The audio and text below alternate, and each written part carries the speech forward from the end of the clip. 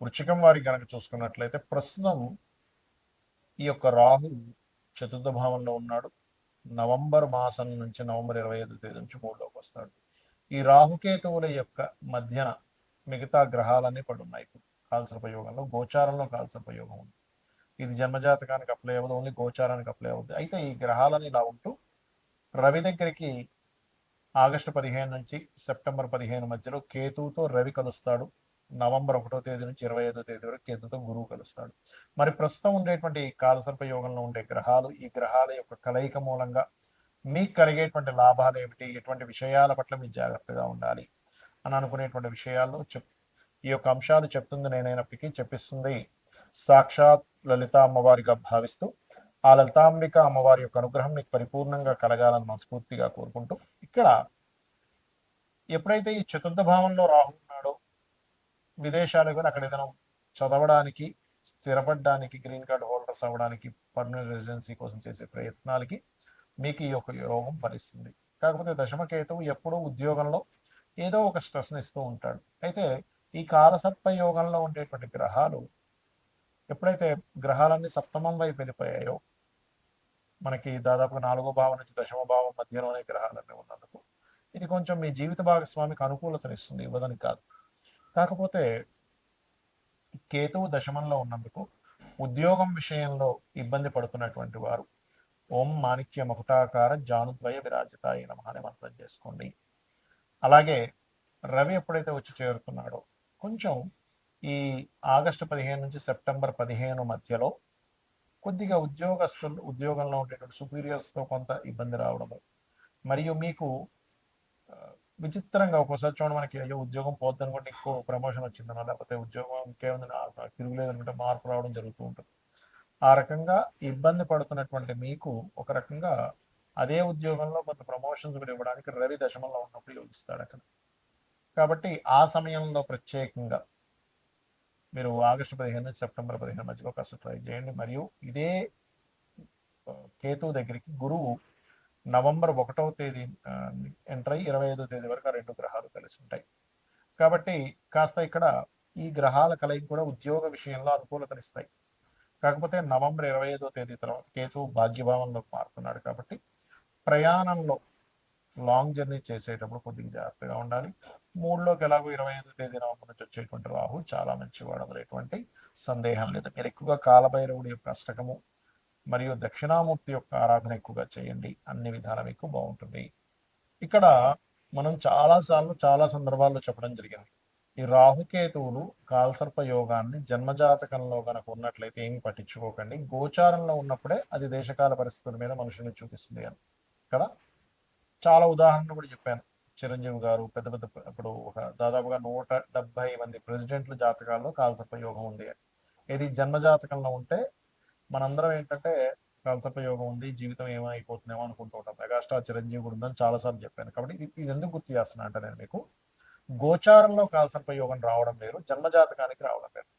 గోచారంలో వచ్చినప్పుడు జన్మజాతకం మీద కొంత పర్సెంట్ పడుతుంది, ఒక 10 to 15%. దేశకాల పరిస్థితుల మీద 85% పడుతుంది దాని ఎఫెక్ట్ అనేది. అందుకే మనం ఇప్పుడు చూస్తున్నాం ఈ యుద్ధాలు అనుకోండి, ఇవన్నీ కూడా. అయితే ఇక్కడ ఎప్పుడైతే ఈ గ్రహాలన్నీ కూడా ఈ కాలసర్ప యోగంలోకి వస్తున్నాయో దీని గురించి మీరు ఏం భయపడకండి. ఇది ఓన్లీ 10 to 15%. నేను చెప్పిన రెమెడీ చేసుకుంటే సరిపోతుంది, ఏది పర్సనల్ చార్ట్ విషయంలో. కానీ దేశకాల పరిస్థితుల్లో దీని యొక్క ప్రభావం ఉంటుంది. మరియు ఇది కాకుండా సర్పదోషం అంటారు, అది వేరు. కాలసర్పదోషం లాగా గ్రహాలన్నీ, అసలు కాలసర్పదోషం అంటే ఏంటి, రాహు కేతువు 180 degreesలో ఒకదానికి కూడా ఆపోజిట్లో ఉండగా గ్రహాలన్నీ చంద్రుడితో సైతం అన్ని గ్రహాలు ఒకవైపు వచ్చేసేయాలి, వన్ సైడ్ మొత్తం ఖాళీగా ఉండాలి. అలా లేకుండా కూడా కొంతమంది ఒక గ్రహం 2 గ్రహాలు బయట మీకు కాలసర్ప యోగం ఉంది, దోషం ఉందని భయపెడుతూ ఉంటారు. అటువంటివి పట్టించుకోకండి దయచేసి.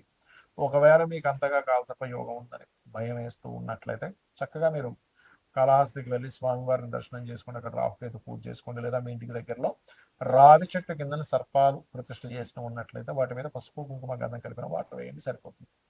అయితే ఈ నార్మల్ సర్పదోషాలు ఏమిటి చూసుకున్నట్లయితే, శనికేతువులు సర్పదోషం కలిసి ఉంటాయి. దీనికి ఏం చేయాలి పరిహారం కూడా చెప్తాను. కుజరాహువులు, శుక్రకేతువులు, రవిరాహులు, శని రవి, కుజాబుధ, అదేవిధంగా బుధుడు కేతు, అది స్వల్పమే, పెద్ద కాదు. ఈ రకంగా కొన్ని కాంబినేషన్స్ ఉంటాయి.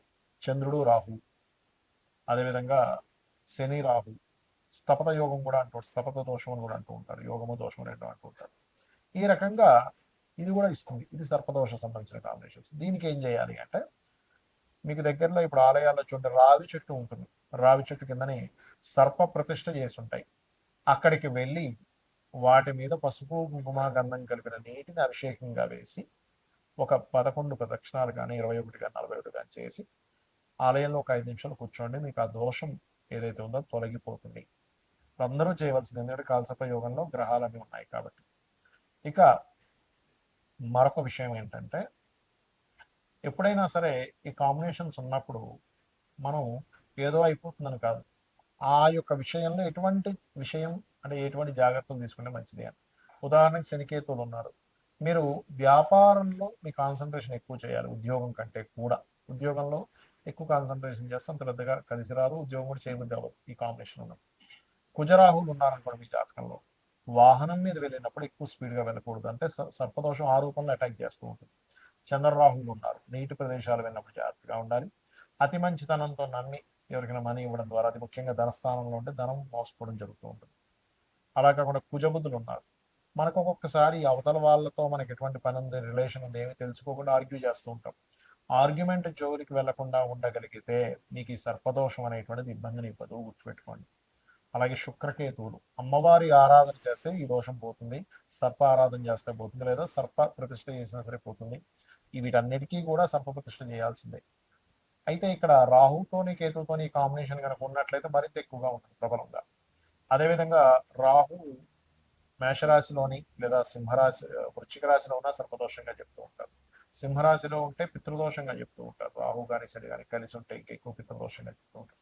అలాంటప్పుడు అటువంటి పితృదోషాలు ఉన్నా కూడా స్త్రీ జననం జరిగితే దోషం పోతుంది. ఒక్కొక్క దానికి ఒక్కొక్క ఎగ్జామ్షన్ అనేటువంటిది ఉంది. ఏమి చేస్తే ఏమి క్లియర్ అవుతుంది, లైఫ్లో ఎటువంటి మలుపు తిరిగినప్పుడు ఎటువంటి ఫలితాలు వస్తాయి అనేటువంటిది. రవిరాహుల కాంబినేషన్ ఉన్నప్పుడు ఎక్కువగా ఈ ఫుడ్ విషయంలో జాగ్రత్త పడాలి. అంటే మనం తీసుకునేటువంటి ఫుడ్ ఎలాంటిది తీసుకుంటున్నాం, ఎందుకంటే ఇది డైజెషన్ సిస్టమ్ని పాడు చేసుకుంటూ వెళ్తూ ఉంటుంది ఆ దోషం అనేటువంటిది.